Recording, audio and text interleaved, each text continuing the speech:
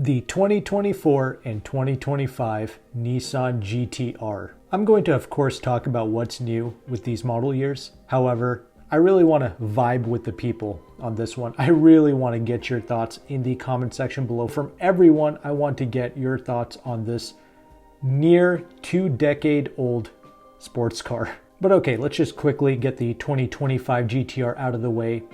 There have been some reports and some articles from Car Buzz, Car and Driver, and a publication in Japan known as MagX talking about the 2025 GTR being the last model year of the R35.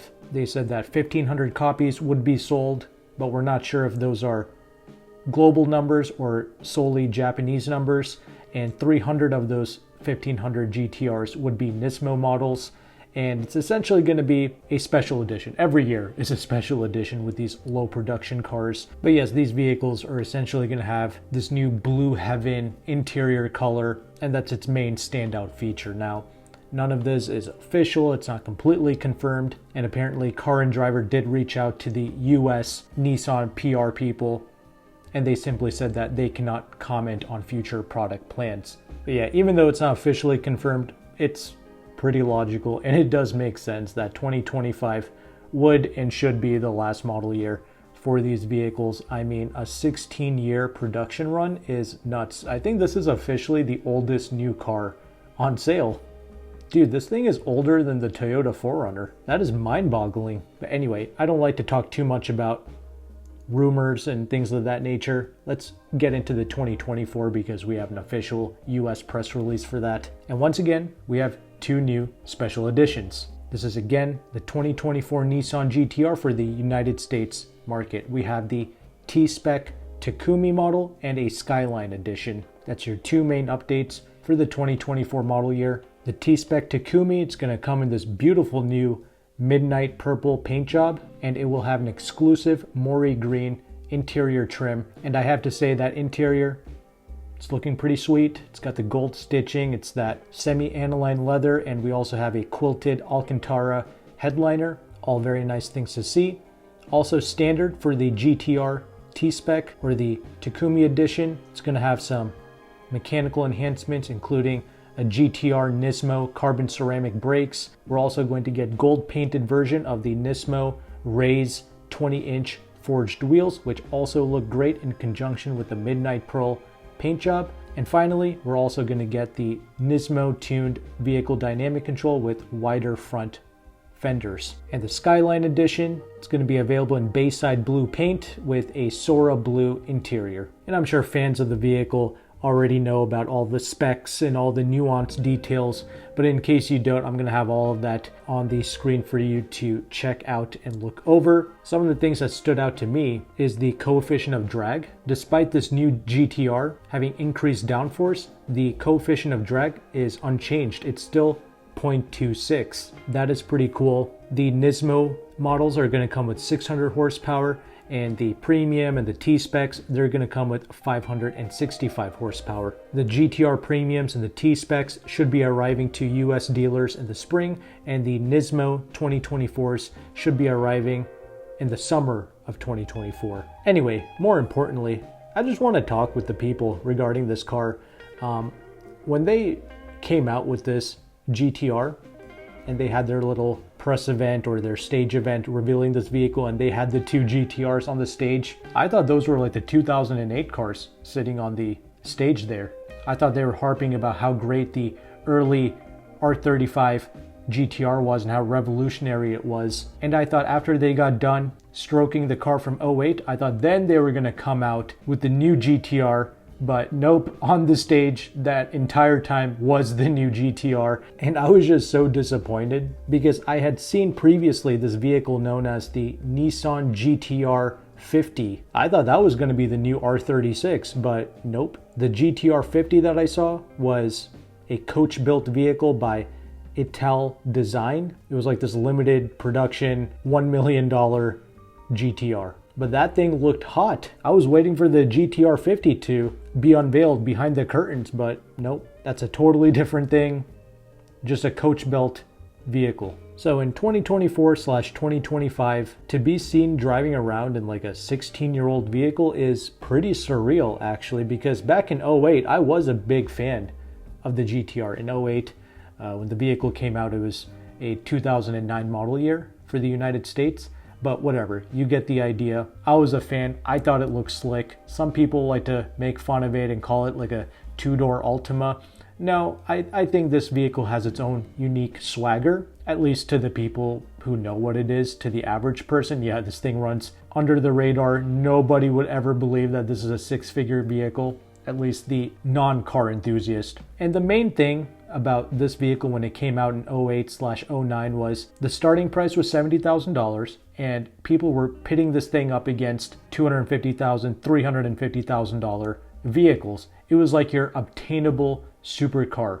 And the vehicle came out in the middle of a recession, so that was crazy. But I respected it. Most people respected it, and it obviously developed its following, right? But fast forward to today, the vehicle starts at like $120,000.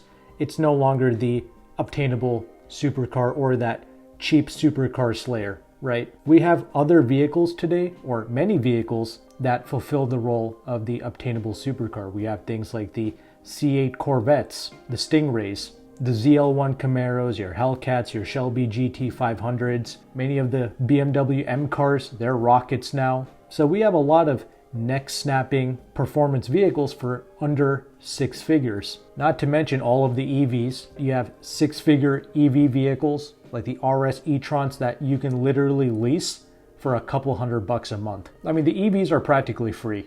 They're pretty much giving them away. That's how affordable some of these EVs are to lease. There's so many discounts. There's so many incentives. So as far as pure speed goes, you have many options. Not to mention the Tesla Model S Plaid. I believe those things are going for about 90 grand, brand new. A vehicle that literally smokes and packs up a Bugatti Chiron. Okay, let's just think about it. I don't even like EVs, but the fact that you can get a $90,000 Tesla that would smoke a $4 million Bugatti Chiron, I'm sorry, but you just have to respect that. So I wanted to ask the people, what is this GTR now fulfilling? What is the role that this car is supposed to fulfill? I feel like most people for 120K, you're better served with Porsche products like a new 911 or even a GT4, Boxster, or Cayman. I think that's a better buy for that type of money. I guess this new GTR is mainly a cash grab because, yeah, the regular premium model starts at 120K. The T-Spec goes for around $143,000. And then we have the Nismo at the top, which is over $220,000. So who is this for? I think first of all, it's for the dealership to mark it up and to make some good profit. And who are they going to make that profit off of? Perhaps the collector, right? A Japanese car collector that has like the LFA in the garage, all of the F cars, the Nissan Z vehicles, and all the classic retro Japanese cars from the 90s and even before that time. Today, the car enthusiast just has so many options for less than six figures. And there's only like 19 of these GTRs available for sale throughout the entire country as of March 2024. And of course, many of these dealerships, they're tweaking, they're charging a markup. So, okay then, what about the used car market regarding the GTR? Well, you have about 130 of these clean GTRs, no accident, no salvage title, right? You got about 130 throughout the entire country. And the cheapest one is around $56,000. I mean, new these things were around 70 grand. So in the used car market, it's going for more money than what it did new. And these things are over 10 years old now at that point, 13 years old in some cases. So what's the goal here for the enthusiast who loves and worships the GTR? I mean, financing a 10-year-old one at like 90 grand at 15% interest. I mean, I don't know. That doesn't really seem like such a bright idea. And the new one, well, assuming you get one for MSRP, it's not like a Nissan Rogue where you can get, 2.9% finance special, right? So even on a new GTR, I'm sure you're going to be financing that thing at 7-8% interest, assuming you have perfect credit. So who is the GTR now reserved for? It's really for the ultra rich now, I guess, paying cash for it.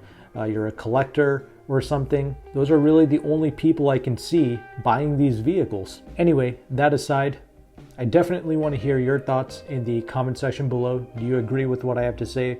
Or do you see the GTR in a different light? Do you think the vehicle is still a good purchase? Because yeah, we see that the used car prices are insane. So maybe we can make a resale value argument, right? Saying that if you buy a new GTR today, it'll retain its value pretty well. That could be an argument. But a lot of the Porsche vehicles hold their value as well. I don't know. I just think vehicles like a ZL1 Camaro, right, which drives amazing, comes with 650 horsepower. You can lease those for about $1,100-$1,200 a month. I think that's certainly something to look into. You got your C8 Corvettes, not exactly an exciting vehicle, but then again, I'm starting to notice many people don't really care about the driving experience. They just want that spec sheet glory hole vehicle. They just want a car that looks good on paper. And the C8 Corvette is absolutely doing that at a pretty obtainable price point. And also for the price of a new GTR. I mean, you can also get certified pre-owned McLarens too. So yeah, it's just a lot to think about. But if there's other argument points, please let me know in the comment section. And if you're still a fan, if you haven't switched up, let me know why you love the GTR so much. Is it the heritage? Is it the looks? Let me know. And thank you so much for watching. Take care and goodbye.